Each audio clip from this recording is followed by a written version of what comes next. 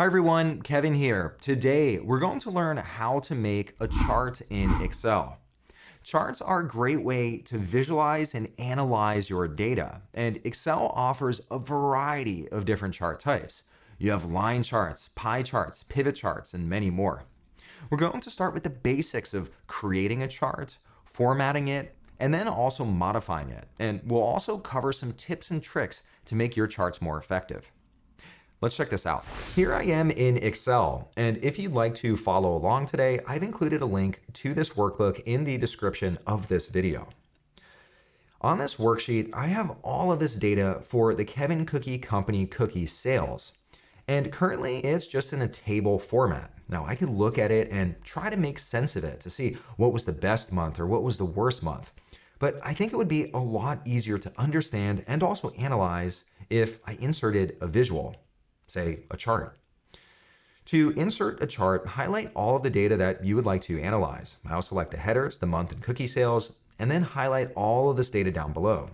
I also have the total at the very bottom, and let's exclude that, and in a little bit, I'll show you why it's generally not a good idea to include the total down at the bottom. With all of this data highlighted, up on top, let's click on the Insert tab.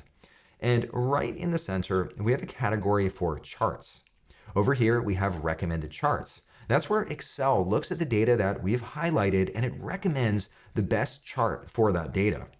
And over here, maybe you already have a chart in mind and you can choose one of these types right here. Let's see what Excel recommended by clicking on Recommended Charts. This opens up the Insert Chart dialog, and here we can see all the different charts that Excel recommends based on the data that we selected over here. And at the very top, we see that Excel is recommending a line chart. Over on the right-hand side, we can see an example of what this line chart looks like. And here we can see that, look, January is the worst month of the year. Everyone has a New Year's resolution to not consume as many calories or sugar. And here, as we approach the end of the year, for whatever reason, people seem to forget about calories altogether and they buy a lot of cookies. Over on the left-hand side, we see a few other chart types. Here we see a variation of the line chart where it highlights the different data points. We also have a column chart, and that could be a good way to represent this data. We also have an area chart, and then also a funnel chart. Funnel chart probably doesn't work as well, but we have a few different options here. Up at the very top, we can also jump into the All Charts view. Let's click on that. Within All Charts, over on the left, you'll see all the different chart types that you have available within Excel, and you have over 17 different types. And when you click on any one of these chart types, you also have variations of it. Here, for example, in column chart, here we have a clustered column, you could have a stacked column, 100% stacked column, and you also have some 3D variations of that. So there are many different options that you can choose from. On the left-hand side, you'll find that you'll tend to use the top four most often. A column, a line, a pie, and a bar. Those are the most popular. And then the ones down below, these tend to be more specialized where you'll use them in unique situations. Let's click into line chart up above. And here again, we see an example of what our data looks like as a line chart. When I hover over it, you'll see a large version that shows you what this will look like. For this data, since we're trying to show changes over time, I think a line chart will work the best. Down below, let's click on OK. This has now inserted a line chart, and it's so much easier to understand what's happening with this data by looking at a visual versus trying to make sense of it in this table. When I click on the chart, you'll notice the table highlights, and this is showing me what data is being used to populate the chart over here. This is the selection. Now, I could also change the data that's being fed into the chart. Say, for example, I just want to look at the first 3 months of the year. I'll go down to this selection area and I could change it just to look at the first 3 months. And when I change the selection, that also updates the chart. So here I just see January, February, and March. Let's say I just want to look at the last 3 months of the year. I could also click on the selection, drag it down to the bottom, and now we're just looking at the last 3 months. I'll adjust this so we're looking at everything once again. Earlier, I mentioned that you generally do not want to include totals in your chart. Let's expand the selection to see why. I'll include the year total down at the bottom. And now we see this massive spike for the total. And it overwhelms all of the other data. And it's really hard to discern if there are any trends in this data. So let's deselect that just so we have all of the individual months showcased in the chart. You can also select non-contiguous periods for your chart. Let's say I just want to look at January through March and then also October through December. I'll press the Control key and select the first 3 months. And then I'll press the Control key and select the last 3 months. Let's go to Insert up on top. And for this, let's try a column chart. Now click on this button and let's insert this right here. We see the first 3 months and the last 3 months. I don't think this analysis really makes sense, but it shows that it is possible to select different pieces of data. I'll delete this chart by pressing the Delete key, and here we have our line chart again. Although we decided to go with a line chart, you may be having second thoughts and maybe you'd actually like to try a different type of chart. With the line chart selected, up on the top tabs, we have a new option for chart design. Click into that, and over on the right-hand side, we have the option to change the chart type.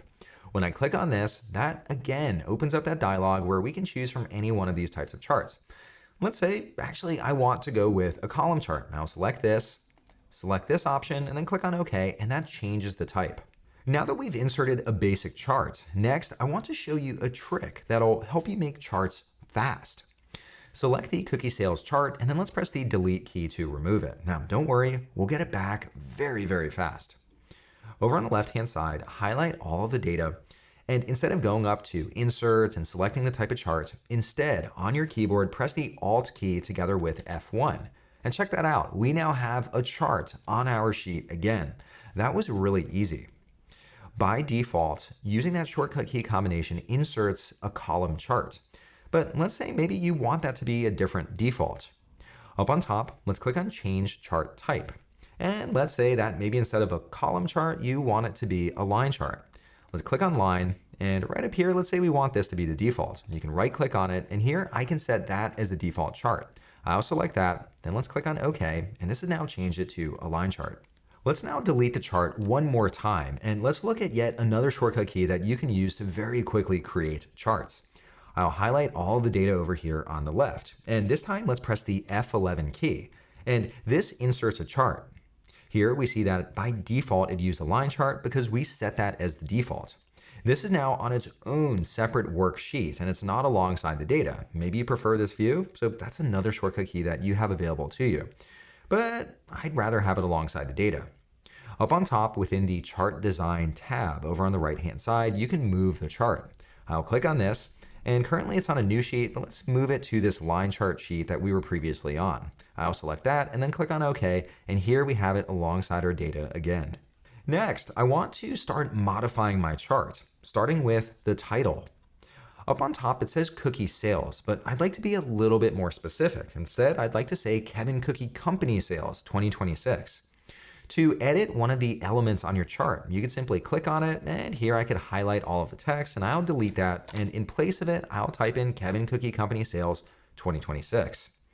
Now, as a little trick, instead of just typing in the text, you can also make this dynamic, so it uses one of the cells on your worksheet. Right up on top, I can type in a formula for the title. I'll type in equals, and then I can reference cell A1, which says Kevin Cookie Company Sales 2026. I'll hit enter, and that's now looking at that cell. Now, one of the neat things is if this cell value changes, let's say instead of Kevin Cookie Company, I enter in KCC Sales 2026, hit enter.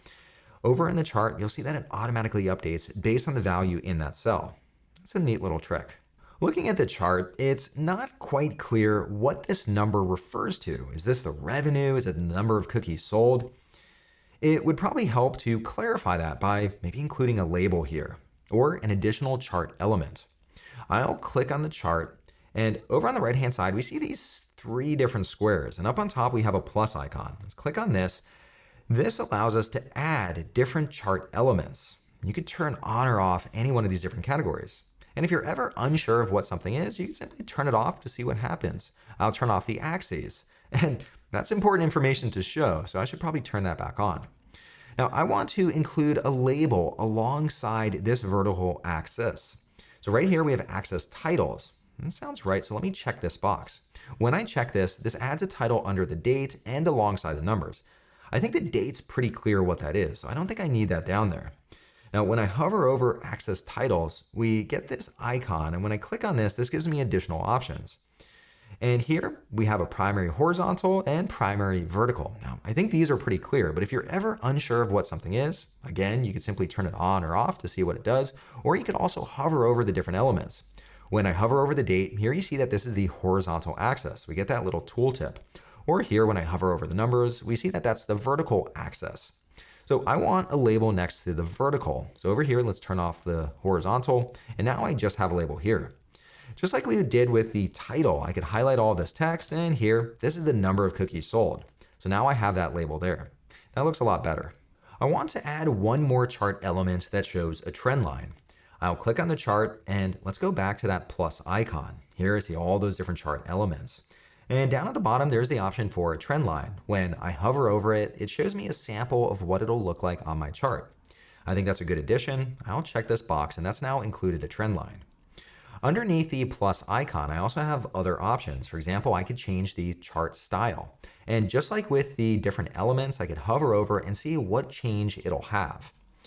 Right up on top, I could also adjust the color. And at the Kevin Cookie Company, we have a light blue color for our brand. I also like this option, and that way it aligns with our brand. Down at the bottom, you can also filter the data. Let's say, for instance, that I don't want to include January. It was such a bad month, I'd rather not show it on the chart. I could deselect January, and then down at the bottom, click on Apply, and that's now removed it from my chart. But that might be a little misleading. I should probably represent the entire year. I'll click on Select All, then Apply, and that brings it back and turns off that filter. When the chart's selected, up on the top tabs, you'll see that we have two new tabs. If you click away from the chart, you'll see that those tabs disappear, and when I click back into the chart, you'll see them reappear. One of them is called Chart Design, and the other is Format. Let's click into Chart Design, and you'll see many of the same options as what we saw with these squares on the side of the chart. For instance, we can turn on or off the different chart elements. Here, you can see all those different elements. We also have something called Quick Layouts, and this adds or removes different elements from your chart. Maybe one of these quick layouts has what you need, so it might make sense going through this to very quickly format your chart. I'll stick with what I have. You could also change your chart colors, and here too, we could also choose from all of these different chart styles. Again, you have many ways to get to the same functionality. Up on top, we can also click into Format, and this allows you to make formatting changes to your chart. I could select the title, and let's say I want to add a background. I could do that. I don't know if that color makes sense, and there I could remove it. I could also change the font color. Maybe we go with a blue for the title as well. You could click on the different elements and you can modify them. For example, let's say I want to go with a slightly different shade of blue. Let's go with maybe this one right here. I could change the color all using the formatting tab up above. I've now made several different formatting changes to my chart, and perhaps I'd like to use this for other data in the future. I can save all of these different changes as a template. I'll right click on the chart, and here's the option to save as template. I'll select that, and I can now give this template a name. I'll stick with the default and then click on save. Let's now highlight all of this data, and then we'll press the F11 key. That's the shortcut to make a new chart on a new sheet. And we see that it doesn't have the coloring for the line, the title, and I'd like to apply all of that. With this chart selected, let's go up to Chart Design and then change Chart Type. On the left-hand side, there's a folder for templates, and here I see the template that I just created. I can click on OK, and look at that. It automatically applies the title style, the line coloring, it adds the trend line. To manage all of your templates, with the chart selected, up on top, let's click on Change Chart Type. On the left-hand side, click into Templates, and then in the bottom left, you have the option to manage your templates. You can delete, move, or rename any of your templates. Let's click on Cancel, and then go back to Line Chart. So far, we've looked at a number of different ways that you can modify the way your chart appears. But what if you want to adjust how high the vertical axis goes? Or what if you want to forecast forward with the trend line? To modify any of the specific elements, simply double click on it. Here, I'll click on these numbers in the vertical axis, and that opens up a pane over on the right-hand side that gives me additional controls. I could click on the paint bucket, and here you could adjust things like the fill, or the way the line appears, or the transparency, and many different options. You can also apply a shadow, a glow. You could adjust the alignment. And over in the last one, we have some axis options. Currently, it goes up to 90,000 cookies sold, but if we look at December, it goes right under 80,000. I could set the maximum bounds to 80,000. I'll adjust that, hit enter, and here we see it's now adjusted it. I want to forecast forward with the trend line. I'll double click on that, and that modifies the right pane to now look just at the trend line. Here too, I could also adjust the fill, the line, the shadow, the glow, and here I also have trend line options. I could adjust the type of trend line. Currently, I have it set to linear. And if I go down, I could also forecast forward. So let's say I want to see 12 periods forward. I'll type in a 12, hit enter, and now we're forecasting forward. Look at that. The cookie sales are up and to the right, exactly what we like seeing in this business. In the top right-hand corner, I can click on the X to close out this pane. On second thought, I don't know if I need this trend line on my chart. I think it's already pretty apparent that we've been growing nicely throughout the year. I can click on the trend line on my chart. I'll double click on that, and then I can press the delete key, and that'll remove the trend line.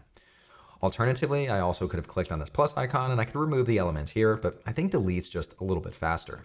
The chart is now looking good, but I want to position it in a slightly different spot. To move your chart around, simply click on it, and you can drag and drop it anywhere on your sheet. When you click on the chart, you'll notice these handles around the edges. You can click on those and then drag to adjust the size. Here I can make it smaller. I could also make it wider. If I press the Shift key, that'll maintain the height to width ratio. You can also press the Alt key, and that'll lock the chart to the different cell boundaries. So that way you can get a little bit of a cleaner look.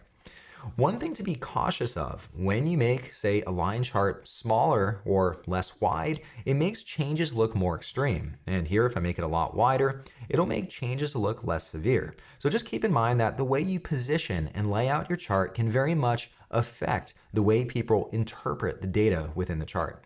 Down at the very bottom, let's now switch into the row and column worksheet.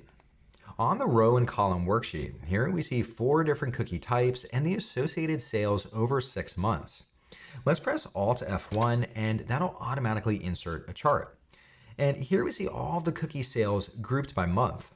So here in July, we could see what the sales were for chocolate chip, oatmeal raisin, sugar, and fortune. But maybe instead of grouping by month, I'd rather group by the cookie type. With the chart selected, up on the top tab, we have chart design, and there's a button here called switch row and column. Now, it's not entirely clear what that means. What that's doing is it's taking the date and it's taking these rows and it's going to swap them. So when we click on this, instead of organizing it or categorizing it by the month, it now categorizes it by the cookie type. So here we see chocolate chip for July all the way through December. So just a quick way that you could toggle back and forth to categorize your data in different ways. Let's now click on the chart and then press delete, and let's see how we can chart out how these sales performed directly in the cell. To insert a chart directly into the cell, let's highlight all of the data that we would like to include in a chart. Then up on the top tabs, click on Insert. And this time, instead of using the charts category, let's go over to this other category called Spark Lines. This allows us to place a chart directly in a cell. Let's click on Line. This opens up the Create Spark Lines dialog. And here we've already identified all of our data. It's in this range of cells. Over here, we can choose where we want to place our spark lines. I'll highlight all of these cells and then click on OK. This has now inserted a spark line directly onto my sheet that helps visualize what happened to this data over this time. With the spark line selected, up on top we have a new tab called Spark Line, and over here you have all sorts of different ways that you can adjust the spark lines. Maybe instead of a line, I'd like to see it as a column or a win-loss, so you have all these different options. You can also indicate whether you'd like to see the high points or maybe the low point, and a few different options here. You could also adjust the style, the sparkline color, also different marker colors. So again, lots of different options and controls that you can play with. Down at the very bottom, let's now shift into the pie chart worksheet. On the pie chart worksheet, here we have different cookies that we sold here at the Kevin Cookie Company and the number sold.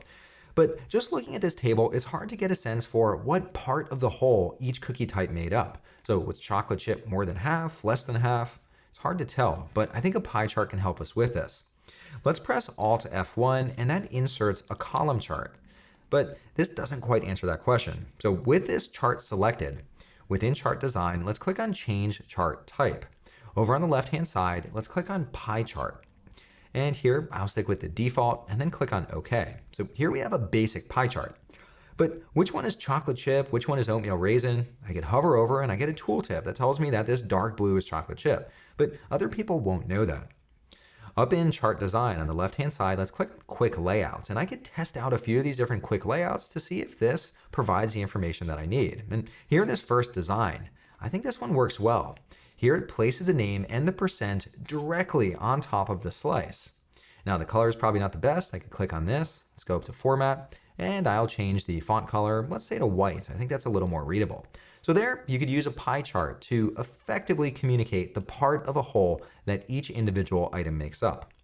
Let's now shift into the pivot chart worksheet to finish up. This brings us to the last worksheet titled Pivot Charts, and this is perhaps the most powerful way to create charts in Excel. If you've ever used pivot tables before, pivot charts are very closely related to pivot tables. If you'd like to learn more about pivot tables, be sure to check out the video in the top right-hand corner. On the pivot chart worksheet, to create a pivot chart, you'll want to organize your data in this way. You'll want to place your column headers up at the top and then all of the associated data below the headers. Here, for instance, I have a column with cookie type, and here I list out all of the different cookie types. And you'll notice that some of these cookie types repeat because each cookie type has some sales in an associated month. And over on the right-hand side, we have the cookie sales. To insert a pivot chart, up on top with your mouse within the data area, let's click on Insert. And within the charts category, you'll see the option for pivot chart. Let's click on this. This opens up the Create Pivot Chart dialog. Over here, we could select a table or range, but Excel's automatically identified the data. That looks good, so I'll leave it as is. You can decide where to place your pivot chart. You can place it on a new worksheet or an existing worksheet. I'll go with a new worksheet and then click on OK. This now drops us on a brand new pivot chart, but you'll notice there's no chart here yet, and that's because we need to start pulling it together by dragging and dropping different fields. Over on the right-hand side, we have a pane titled Pivot Chart Fields, and you might recognize some of these. We have cookie type, month, and sales. Each field aligns with one of the columns in the original source data. Let's go back to the pivot chart. This is the beauty of pivot charts. You can start building your chart simply by dragging and dropping this data. Let's say, for example, I would like to see a column chart showing or visualizing the total sales here. I'll click on sales and drag and drop it into values. You typically place something in values if you want to calculate something. So here I see the sum of all of the sales, and it looks like we had almost $700,000 worth of sales. Now, let's say I want to see that by cookie type. I'll go up to the cookie type field and I could drag that down to the categories and I'll release. And now look at that. The chart automatically updates it to show the number or the total sales by cookie type. And let's say I'd like to see it maybe by month. I'll go up to this field, drag it into the legend, release. And here I see the month as the legend. So here I see the type as the category and I see the associated sales. That was really easy to pull this chart together. Now, I could also take these different fields and I could drag something into filters. If, let's say I want to filter it to a specific type of cookie, I could very easily do that. With this chart, I can click into the chart, and just like we could do with our standard charts, up on top, I'll click into the Design tab. And here I could click into Change Chart Type. So let's go with a line chart instead. I'll select that and then click on OK. And now we have a line chart. So we have all the same controls that we walked through earlier with charts, and all of those also apply to pivot charts. Pivot charts are an extremely powerful tool that allow you to generate different views just by dragging and dropping the different fields. All right, well, you now have the power to visualize your data and to also understand the story behind your data. To watch more videos like this one, please consider subscribing, and I'll see you in the next video.